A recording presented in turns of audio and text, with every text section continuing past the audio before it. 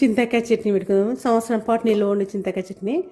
అయితే మనం చింతకాయ చట్నీకి 2 కిలోల చింతకాయలు తీసుకుంటే 2 కిలోల మిరపకాయలు తీసుకోవాలి. ఫస్ట్ ఇవి కడగాలి, 2-3 టైమ్స్ కడగాలి. కడిగేటప్పుడు ఇగో ఇవన్నీ ఉంటాయి కదా, ఇవన్నీ పీకేసేయాలి. పీకేసి ఇట్లా పీసెస్ చేయాలి. అంటే చిన్న చిన్న ముక్క ఇట్లా ఇరగొట్టాలి.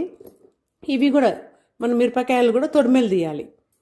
ఇట్లా పండువే తెచ్చుకోవాలి, కొంచెం పండులాగా ఉన్నవే తెచ్చుకోవాలి మిరపకాయలు. చింతకాయ చట్నీకి అలాగే దొరుకుతాయి మిరపకాయలు.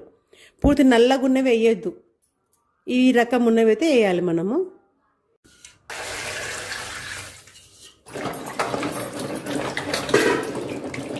మిరపకాయలకు దుమ్ము చాలా ఉంటుంది, కడగాలి, బాగా కడగాలి. ఇంకా నీళ్ళు వేయాలి. ఇలా నీళ్ళు పోసి ఫస్ట్ ఉత్తగా వంపేస్తాము. వంపేసినాక మళ్ళీ నీళ్ళు ఎక్కువ పోసి కడుగుదాం. ఇవి 3 సార్లు కడిగినాం, ఇది 4వసారి. చెప్పినా కదా దీనిలో చాలా దుమ్ము ఉంటుందని. ఇప్పుడు దీనిలో ఏం చేద్దామంటే మనము ఇంకా ఇట్లా తీసేయాలి. ఇవి ఉంటాయి కదా, ఇవి తొడిమలు తీసేయాలి.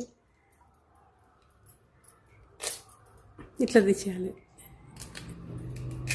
తొడిమలని ఇట్లా తీసేసి ఇవి ఇట్లా చింపాలి. ఇవి మళ్ళీ వీటిని మనం రోట్లో వేసి దంచుతాం కదా, అంతే. మనం వీటిని రోట్లనన్నా దంచుకోవచ్చు, లేదంటే గిర్నీ కన్నా వేసుకోవచ్చు. గిర్నీ అంటే మిక్సీ, బయట గిర్నీకి వేస్తారు. ఇడ్లీ పిండి అది వేస్తాం చూడండి, అట్లా కూడా వేస్తారు. ఇది అట్లా కూడా వేసుకోవచ్చు, లేదంటే మనం రోట్లన్నా వేసి దంచుకోవచ్చు.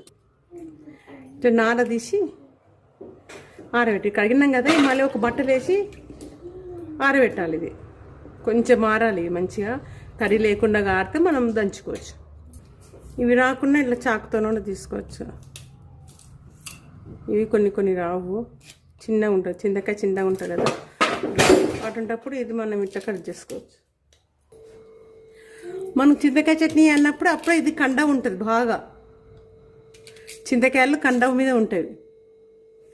ఇంకా ఇట్లా కండ ఉంటుంది, మంచిగా ఉంటుంది. పలుపు చాలా ఎక్కువ ఉంటుంది. ఇట్లా ఏమన్నా ఖరాబ్ అయిందంటే వెంటనే కోసేసుకొని పెట్టుకోవాలి మనము.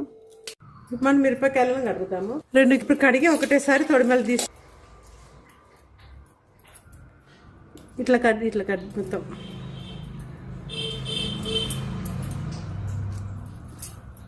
మిరపకాయలు తొడిమలు తీసినాం కదా, ఇవన్నీ ఇంకా ఎంత నీట్గా అయినాయి. ఇప్పుడు తొడిమలు తీసి కడిగి పెట్టినాక నీట్గా అయినవి. ఇప్పుడు ఇవి కొంచెం సేపు ఆరబెట్టాలి. ఈ తడి అనేది మొత్తం పోవాలి, ఆరబెట్టాలి. చింతకాయలు ఆరబెట్టినాం కదా, ఇవి కూడా కొంచెం సేపు ఆరబెడదాం.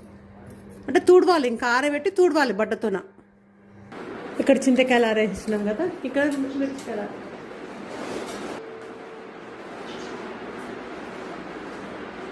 2 కిలోల చింతకాయలకు 2 కిలోల మిరపకాయలకు మనం 1/2 కిలో మెంతులు తీసుకుంటాము. అది పొడి కొట్టి పెట్టుకోవాలి మనము. ఉప్పేమో 1/2 కేజీ తీసుకుంటాము. జీలకర్ర మెంతుల పొడి ఏమో 50 గ్రాములు తీసుకుంటాము. పసుపు 150 గ్రాములు తీసుకుంటాము ఈ 2 కిలోలకు. ఫస్ట్ మనం ఏం చేయాలంటే, మనం రోట్లో మనం చింతకాయలు ఉంటాయి కదా, చింతకాయలు దంచుకోవాలి. చింతకాయలు ఉప్పు మనము 1/2 ఉప్పు ఒక ప్లేట్లో పోసి పెట్టుకోవాలి. చింతకాయలు దంచేటప్పుడు ఉప్పు వేసి దంచుకోవాలి. మనం మిరపకాయలను అన్నిటిని కలిపి, ఉప్పు మిరపకాయలు కలిపి మనం గ్రైండ్ వేసి పెట్టుకోవాలి. మిక్సీ జార్లోకి వేసుకోవచ్చు మనము. అన్నీ వేసి ఒక డబ్బాలోకి వేసి పెట్టుకోవాలి.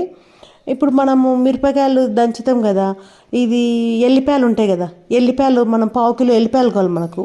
అయితే మనకు మెంతుల పొడి మనము గ్రైండ్ చేసి పెట్టుకుని ఉంటాం కదా, 1/2 కిలో మెంతుల పొడి పచ్చిదే, అది వేయించొద్దు. మెంతుల పొడి మనము ఎల్లిపాయలు దంచుకుంటూ మెంతుల పొడి వేసుకుంటూ దంచుకొని పక్కకు పెట్టుకోవాలి. అది కూడా సపరేట్ పక్కకు పెట్టుకోవాలి.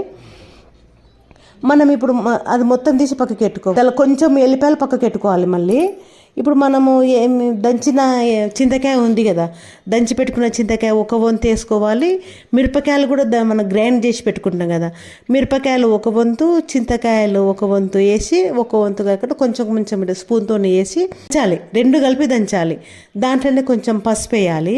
పసుపు, కొంచెము జీలకర్ర మెంతుల పొడి, కొంచెము మనము ఎల్లిపాయలు మెంతులు వేసి పెట్టుకున్నాం కదా, వేసి మనం దంచి పక్కకు పెట్టుకున్నాం కదా, అది కూడా వేసి మెల్లగా దంచాలి.